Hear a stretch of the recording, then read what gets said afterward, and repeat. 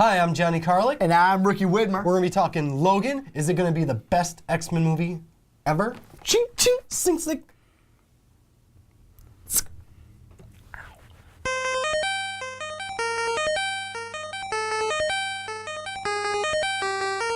This podcast is brought to you by Most Valuable Podcasts, saving your day from boredom with the best podcasting entertainment.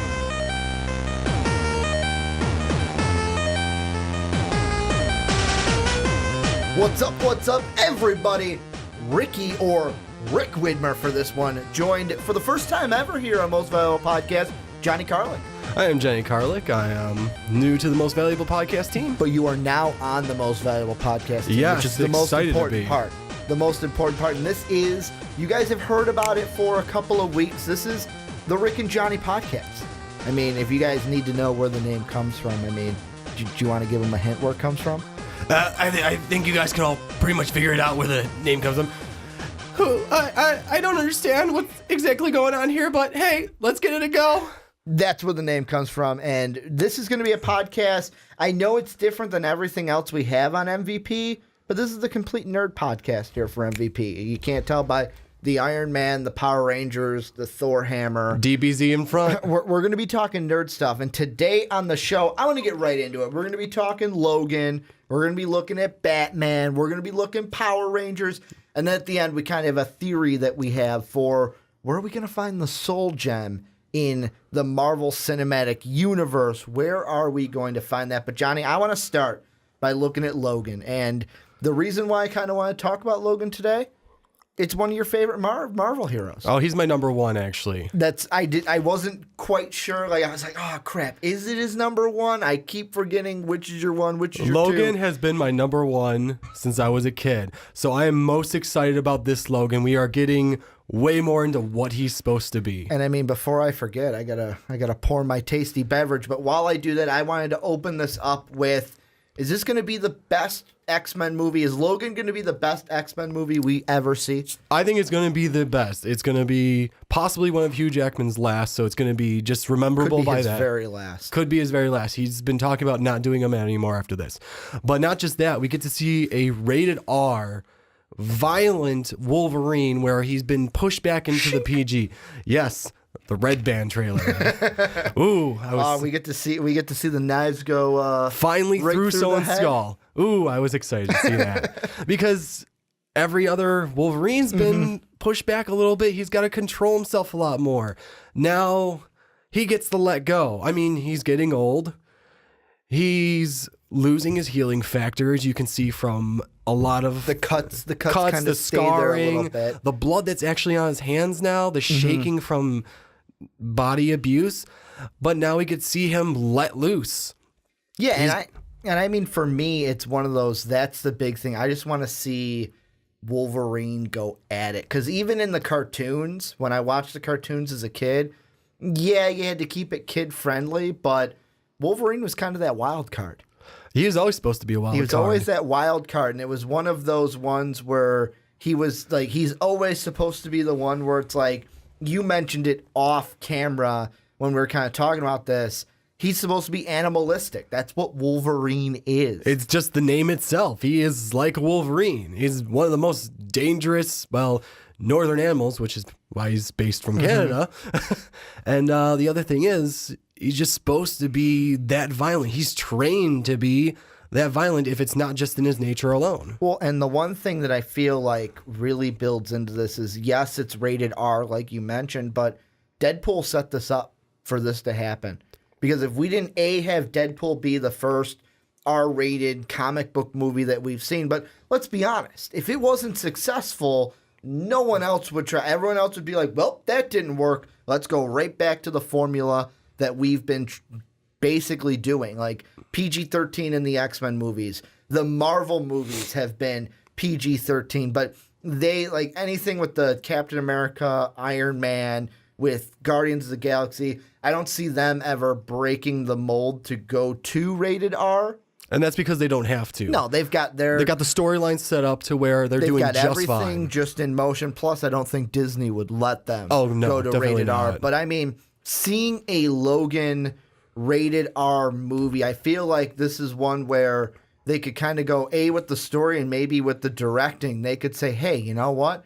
We can do something that we couldn't have done in X-Men The Last Stand or The Wolverine or Days of Future Past because we were kind of limited by that rating, by that PG-13 rating. Yeah, and like you said, now that Deadpool has unlocked that opening, we can get more violent characters like that and give them what they need to have. They don't necessarily have to be filled with blood and gore, but to give them that extra edge, to give them their real personalities. Like I said, Wolverine and Deadpool, if we had left him like he was in the Wolverine Origins, I see the look on your face. It wasn't my favorite movie. Let's just put it that way. We're going to let that one go. Let's just put it this way. Even what was it, X-Men Origins, the Deadpool, didn't exist. That movie never happened. It never happened, Johnny. Well, anyways, none of them gave their personalities to them like they needed to.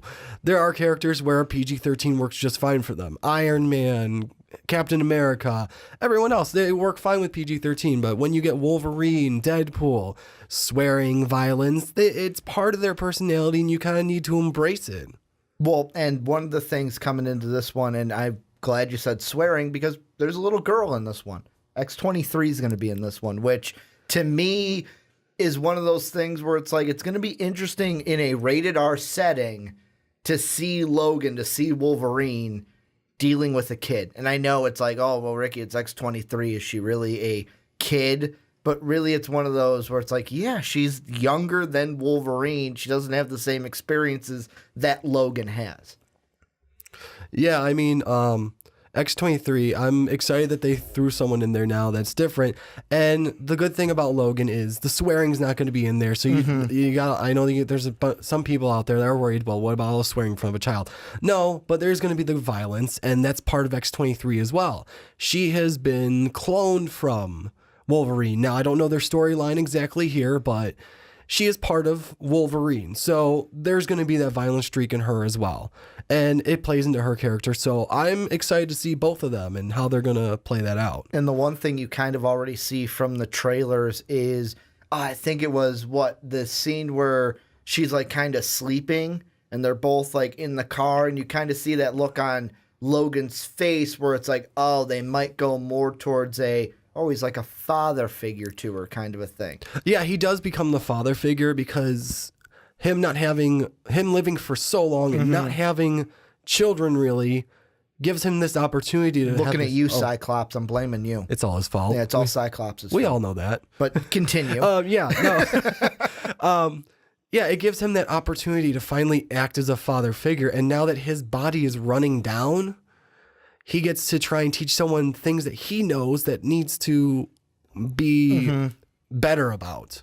Like the violent streak. They want to teach her, hey, it's not all about killing.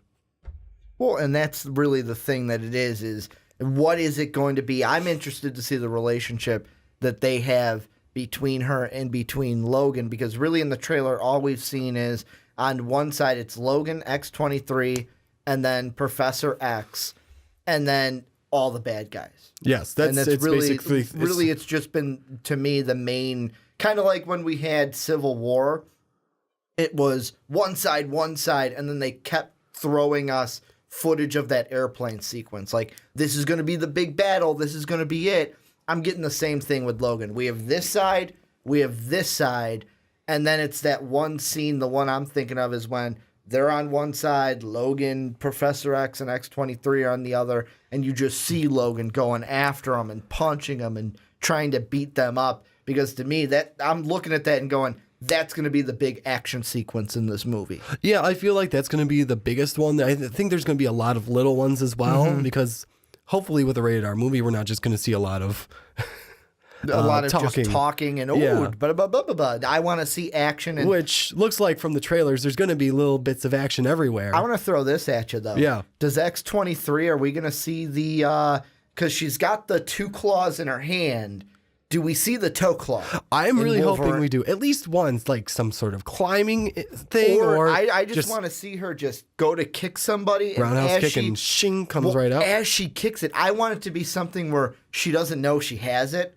Like she thinks, oh, I just got two claws. I don't have three. like Wolverine, and then she goes to kick someone, and as she makes contact, just right through his body, we see it go all the way through, just like Wolverine with the headshot. I think that'd be an exciting way to throw it out there. Hopefully they holy shit, I have a big toe that has a blade in it. I have the third blade somewhere. See, I would be excited if they threw it in somewhere because that's part of X-23 and hopefully they went with it. I'm not going to be upset if they don't, maybe a little bit, but I'm still going to be excited just for the movie in general. And as you said, one side against the other, I feel like it's this militaristic side versus whatever mutants are left. To me, it's always it's always military. It's the same thing where it's like it's Riker. It's that kind of like even when we saw in the old X-Men movies of it's Riker versus Wolverine and you're our experiment, you're ours, and Wolverine's like, no, I'm not. I'm not an experiment. I'm my own person. Basically, that's what I always brought it down to. It's going to be the same thing, except instead of them coming for Wolverine, it's basically, hey, that little thing you've got there, yeah, that's ours. Yeah, no, I completely agree. Experiment. I think that's what's going to happen. Is it is theirs because they created X-23 and they want it back. Experiment. Yeah, she's their experiment.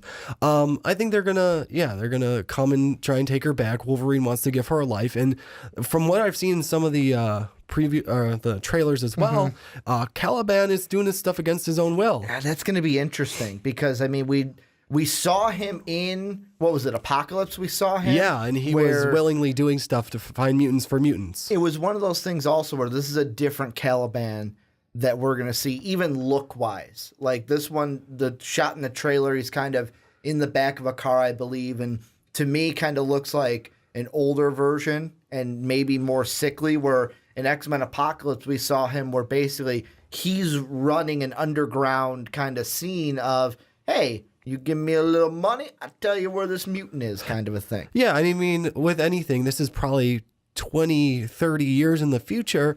That's going to happen to him, especially with what you saw happen to him with Apocalypse. Mm-hmm.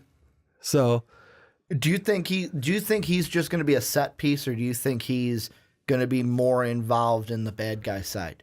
Because I know you mentioned like, oh, well, if he's doing it against his will, then he's really like a set piece, right? It's basically, hey, you're like our prisoner, do what we say, and then when you do what we want you to do, we're going to throw you aside. I feel like that's probably what they're going to be doing with him, but they're not going to show the throwing aside part. They're just going to show him he's going to be forced to find the other mutants for him, because there's some short clips where you can see he's kind of screaming in pain, and then later on, there's one scene where he talks to Wolverine. What he talks about, I'm gonna wait and see what he says to him. But I feel like that's gonna be slightly pivotal, or at least give some more motion to the movie. And the one thing that will be interesting is on that bad guy side. I mean, if you look at the cast list, we've already seen him in the trailers slightly, and that is Donald Pierce.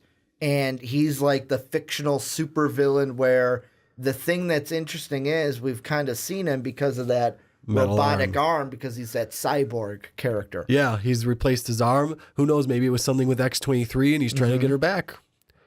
So I'm gonna end with this. This is our first segment on the Rick and Johnny podcast before we move on into Batman and everything going on with that. I want to ask you this. Last time we opened the podcast with the question, yes or no, give your reasons. Will Logan be the best X-Men movie ever? I'm going to say yes. It's going to let him become who Wolverine really is. It's going to show the nurturing side of him. We're going to get an X-23. We're going to get all the stuff that's happening to Charles Xavier in his old age. And just all around, I think it's going to be probably the best movie because it's going to let the characters develop the way they need to. I'm going to go with yes as well, and I know what you guys are thinking. Oh, really? Both of you guys are saying yes? There's no disagreement? But I'm going to go on a different side. I feel like my only nervousness coming in with this question is I feel like some people might come into it thinking, oh, rated R, it's going to be like Deadpool. But you got to think, Hugh Jackman, Ryan Reynolds, Deadpool, well, over this side, Deadpool, and Wolverine, totally different characters. Totally different types of rated R. Totally different, whereas Deadpool was more humor, more funny, more raunchy, more just, it's all about the comedic value in that. Logan is going to be, you mentioned it, more of that violence factor. Like, we're taking the knob and we're just jacking that volume all the way up to freaking 11. 20, maybe 20. even max. If you want to go to 11, that's fine. I'm going all the way. Hey, all the way to you 20. crank that to 20. I'm going to crank it all the way to 20, and that's what it's going to be. I feel like there's going to be a ton of blood. There's going to be a ton of action. There might be some swearing in there. Of course, there's going to be, but I think it's going to be more of that violent factor.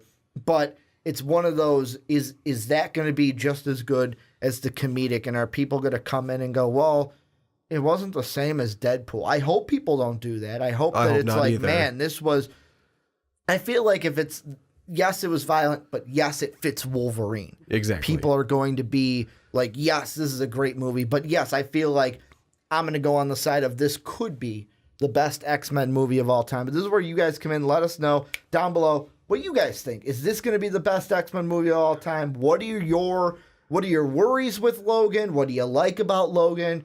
And then, obviously, let us know what you think after you guys see it. It comes out, in 3 weeks now? We got this Friday, next Friday, and then boom. March Logan 3rd. hitting theaters.